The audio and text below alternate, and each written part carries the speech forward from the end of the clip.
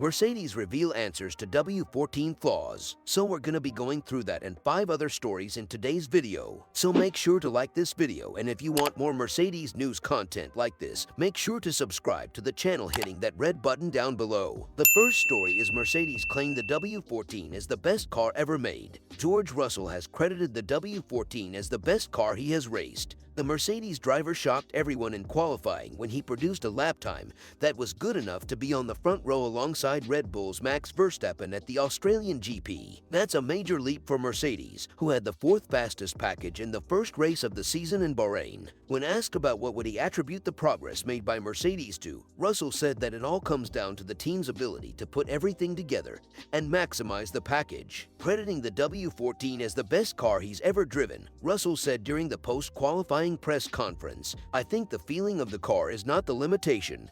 To be honest, the car feels pretty decent. It's probably the best F1 car I've ever driven or raced, probably excluding the obvious 2020 experience with Mercedes. But we're just lacking a bit of downforce. We know we've made some huge gains over the past 2 or 3 weeks in the wind tunnel, and hopefully we'll be bringing that to the track sooner rather than later." He added, "But, you know, this result today is going to give us a huge amount of confidence, regardless of what tomorrow brings, over the course of the next 4 weeks. Because if we can deliver a performance like this with a car that is definitely quite a bit off the pace, it shows good promise for when we bring our first upgrade." Starting on the front row, George Russell will aim for glory. When asked what was his target for the race will be, he said, "We've got to go for it, haven't we? We've got to go for a win. Max is going to be extremely fast. There's no hiding that. I think it's difficult to overtake around this circuit, so the start, lap 1, is going to be vital. But the Red Bull has extraordinary top speed, so it's going to be very difficult to fight with Max. But let's see how we get on. We've got to do our own race. If the opportunity is there, we will go for it." A win might be a step too far for George Russell in Australia, but it's impressive to see the kind of progress made by Mercedes. It will be interesting to see what they do in the race. The second story is Lewis Hamilton believes they can close the gap. Lewis Hamilton reinvigorated his season with a P2 finish at the Australian Grand Prix and insists he now believes Red Bull can be caught. Mercedes have made a slow start to 2023 but had a much improved performance in Melbourne this weekend, with both drivers starting the race in the top 3 and were 1-2 after the 3rd corner, although George Russell retired with an engine problem later in the race. Hamilton managed his tires remarkably well to keep the Aston Martin of Fernando Alonso at bay and is finally starting to enjoy the season. The 7-time world champion said, I've had the best week here. I definitely didn't expect to be second, so I'm super grateful for it." Connection with W14 still missing, despite showing pace throughout the weekend. However, Hamilton still isn't feeling at one with the troublesome W14. "I still feel uncomfortable in the car," said Hamilton. "I don't feel connected to it, so I'm driving as best as I can with that disconnect, and I'm working as hard as I can to try and create that connection. But it's a long project." Tire degradation has been cause for concern for Mercedes so far in 2023, so Hamilton was pleased with how he managed to take care of his rubber while maintaining second place. "I definitely wasn't bluffing. Honestly, I was having to push a lot to at the beginning keep Max behind, and then Fernando was pushing and they're very, very quick," said Hamilton. "I think ultimately he was a bit quicker today behind me, but I just managed to hold him off. Considering we've been down on performance and down on straight pace compared to the Red Bulls, for us to be up here fighting with Aston is just amazing at this point in the season." Contrasting emotions for George. After adding a P2 to 5th place finishes in Bahrain and Saudi Arabia, Hamilton is now clear of his teammate in P4 of the Drivers' Championship, but felt for his teammate who retired from the race with a power unit issue which left the car in flames at the pit lane exit. "It's really unlucky for George today," said the veteran driver. "Our reliability generally been really good, so that's really unfortunate, but otherwise to get those points it's really amazing today." Hamilton continued, "We've just got to keep on fighting. A big thank you to all the people back at the factory. Let's keep pushing. We can close that gap. It's going to tough, but it's not impossible." A throwback podium. Hamilton finished his post-race interview with a nostalgic feel, referencing champions sharing the podium. "And also, we had 3 world champions in the top 3. That's pretty mega," he concluded. It was indeed the first time that three world champions shared the same podium since Hamilton himself was joined by Kimi Räikkönen and Sebastian Vettel on the famous steps at the 2018 Hungarian Grand Prix. The third story is Mercedes needed a little bit of happiness before Australian GP breakthrough. Toto Wolff has admitted Mercedes were in need of a little bit of happiness before the team's breakthrough performance in Australian Grand Prix qualifying. Having targeted a return to regular race winning contention in 2023, Mercedes were aghast to find themselves 6/10 away from pole position, the same deficit with which they started last season at the season opener in Bahrain. With Wolff admitting the race the following day was one of the worst days of his career, the team boss ordered sweeping changes to the W14 car after acknowledging the team had pursued the wrong development path.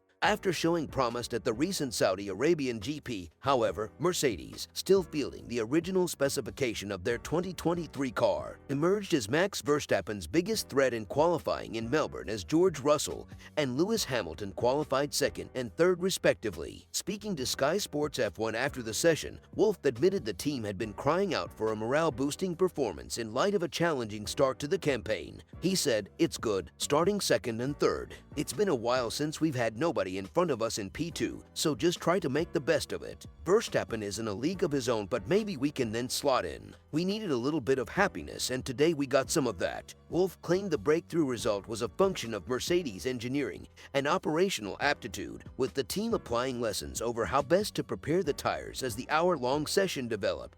He explained, "Overall, today was nice. We just got it together over the weekend. We just grinded away with putting performance on the car in terms of the right mechanical setup. I'm happy. I think we learned through the session and we've been open-minded. We changed the plan from the third or fourth push lap to the second and then only one, so it was okay." Having claimed Mercedes' only victory of 2022, Russell qualified ahead of Hamilton for the third race in succession, the first time since 2010 that the seven-time world champion has been out-qualified by a teammate at Albert Park.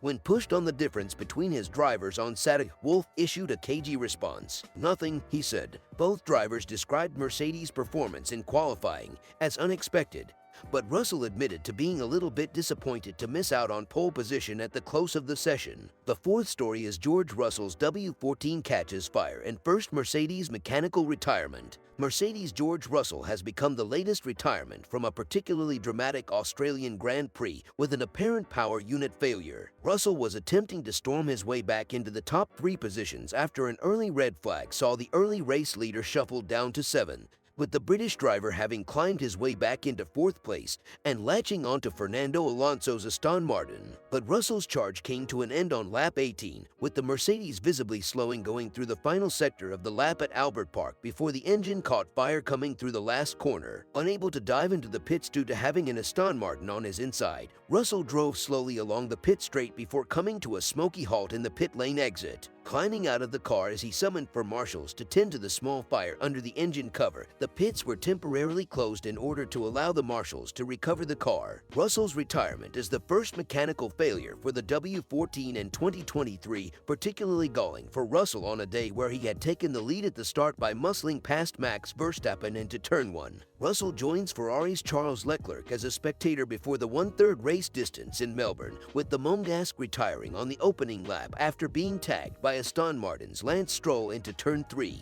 Williams' Alex Albon also retired, following a crash at the high-speed turn 6 that resulted in debris and gravel being strewn across the racing line and forcing race control to deploy the red flag. The sole remaining Mercedes, Lewis Hamilton, briefly led the race at the restart but was overtaken by Verstappen. Hamilton is currently second and just over 5 seconds behind the Red Bull. The fifth story is Wolff. F1 must better define when to use red flags. The Melbourne race was dominated by 3 in-race red flags, leading to lengthy delays and chaotic standing restarts, the latter of which eliminated several drivers. On lap 7, Alex Albon's crash brought out the first safety car of the race, which prompted Mercedes race leader George Russell to pit for hard tires. But soon after his pit stop, which dropped him to 7th, the red flag came out and gave drivers in front of him the chance to change tires in the pit lane without cost. Speaking straight after his retirement, Russell thought the red flag, which was thrown to clean up gravel and debris, was totally unnecessary. The second red flag for Kevin Magnussen's crash in turn 2 was also a point of debate, with several drivers, including Max Verstappen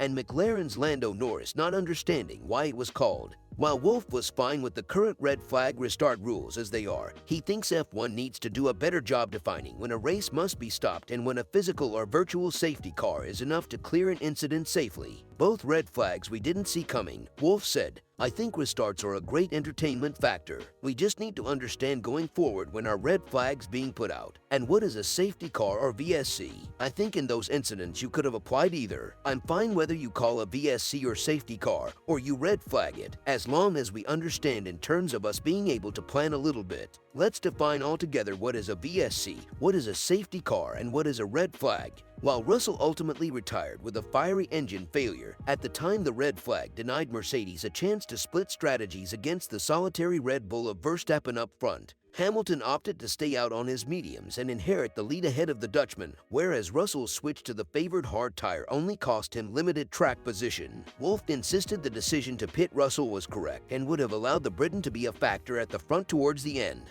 The strategy call with George was absolutely the right one, splitting the cars, he said. I think he would have had a real go at being very much at the front, so that's a shame.